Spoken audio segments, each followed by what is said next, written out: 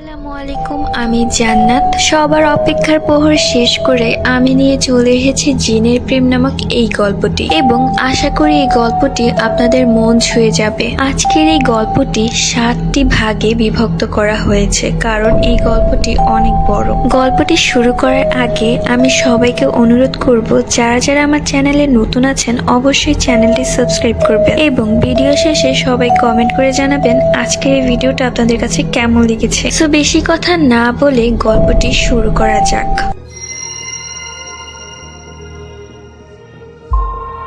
মেঘলা দিন দিন বড্ড বেশি রাগী হয়ে যাচ্ছে। কারো কথাই তার ভালো লাগে না, সবাইকে তার বিরক্ত লাগে, এমনকি তার বাবা মাকেও। বাবা মাও তাকে নিয়ে বেশ চিন্তায় ছিল।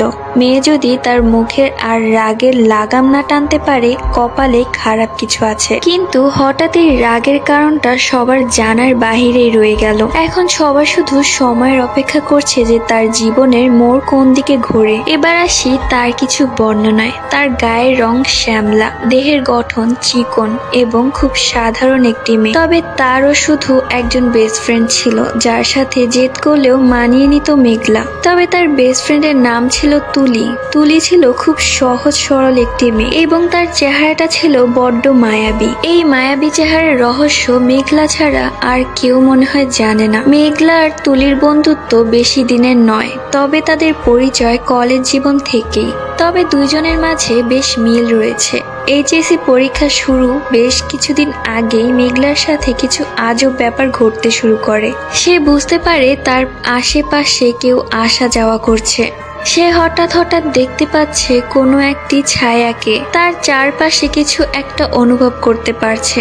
যখন সে একা একা ঘরে বসে থাকে, হঠাৎ এক মৃদু বাতাস এক সুগন্ধের সাথে মুখে আসা চুলগুলো সরিয়ে দেয়। গন্ধটা একটু অন্যরকম, যা বলে বোঝানো যাবে না। মেঘলা মুগ্ধ হয়ে যায়। তাদের দোতলা বাড়ির নিচে একটি বাগান আছে। মেঘলা ভাবে হয়তো সেই বাগান থেকেই গন্ধটা আসে। মাকে জানানোর পর মা বলল এটা নাকি তার মনের ভুল। মায়ের কথা শুনে সেই ব্যাপারটা নিয়ে মাথা ঘামালো না। পরীক্ষা সামনে চলে এসেছে, মাথায় পড়ার চাপ।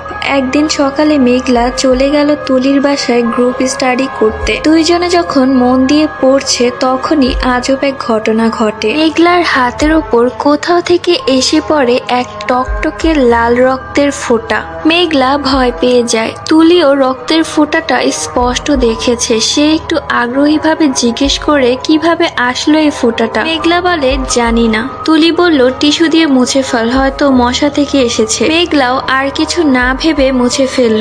তবে তার মনে ঠিকই চরকা কাটতে থাকলো ঘটনাটা। বাসায় আসলো, তারপর তার মাকে জানালো ঘটনাটা। তার মা হেসে বলল এসব আজব জিনিস তোমার সাথেই হয়, এগুলো কিছু না। তবে মেঘলা বুঝতে পেরেছে কিছু একটা ঘটেছে তার সাথে, কিন্তু কেউ সেটাকে বিশ্বাস করতে পারছে না। কিছুদিন পরে তুলি আর মেঘলা এক কোচিং সেন্টারে ভর্তি হয় পরীক্ষা দেওয়ার জন্য। কিছুদিন পর হঠাৎ ঠিক কোচিং এর পরীক্ষা চলাকালীন সময় আবারও সেই মেঘলার হাতে রক্তের ফোঁটা এসে পড়ে। সে সাথে সাথে তুলিকে দেখায়। তুলি একটু ঘাবড়ে যায়। তুলি বলে আমার মনে হচ্ছে এটা কোনো সাধারণ ঘটনা না। ঘটনাটা আবার ঘটার পরে মেঘলা তার খুব কাছের আরেক বন্ধু মারুফকে জানায়। মারুফ বন্ধু হিসেবে মেঘলার অনেক কেয়ার করে। মারুফ মেঘলাকে বলে তুই নিশ্চিন্ত থাক, আমি দেখছি কি করা যায়। মারুফ পরের দিন এক হুজুরের কাছে যায়। হুজুরকে সব খুলে বলে। হুজুর যে কথাগুলো শোনায়, সেই কথাগুলো শোনার পর